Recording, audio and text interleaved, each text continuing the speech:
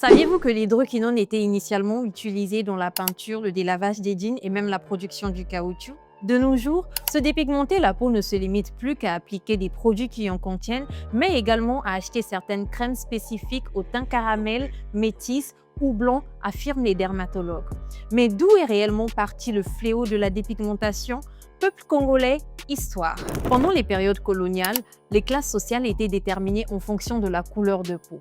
Les colonisateurs à la peau claire occupaient toutes les positions dominantes, tandis que les populations locales à la peau foncée étaient considérées comme inférieures. Cette hiérarchie raciale eut à façonner les perceptions de la beauté dans la société. Le teint clair est devenu un symbole de beauté, de richesse et d'accès aux opportunités, tandis que le teint foncé est associé à la laideur, la saleté et la pauvreté. Dans les années 1960 aux États-Unis, un ingénieur d'une usine de pneus remarque que les ouvriers afro-américains développent des zones de dépigmentation suite à un contact répété et sans protection avec l'hydroquinone, une substance qui jusque-là était utilisée comme antioxydant et nettoyant de pellicules photographiques. Après avoir découvert que l'hydroquinone freine la production de la mélanine, les industriels américains et britanniques décident de la commercialiser. Plutôt que de vendre l'hydroquinone brute, dangereuse et toxique pour la santé, ils décident de formuler des crèmes dosées destinées à traiter des taches pigmentaires naturelles dues au vitiligo,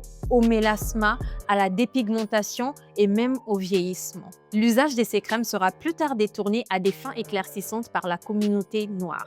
Elle y voit une opportunité commerciale dans un contexte où les sociétés post-coloniales valorisent la peau claire. Après les indépendances africaines, les crèmes éclaircissantes affluent sur le continent africain et se diffusent rapidement dans les grandes villes où la réussite sociale est liée à l'apparence. Cette pratique touche la République du Congo dans les années 1970, notamment à cause des sapeurs qui popularisent cette mode dans les clubs de Brazzaville, vêtus de marques parisiennes et fiers de leur teint éclairci. En parallèle, des produits locaux éclaircissants apparaissent, notamment des mélanges de zazou, d'eau de javel, de ciment et de citron. Ces préparations brûlent la peau et nécessitent plusieurs jours de récupération. La famille ou l'entourage partisan de cette pratique soulage la personne en l'aidant avec les tâches domestiques pendant la durée de l'opération. Avec le temps, des effets indésirables s'accumulent.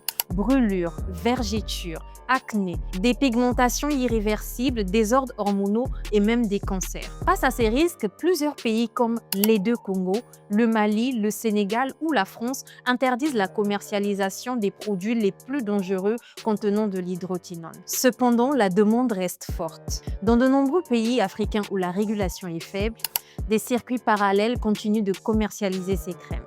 Malgré des campagnes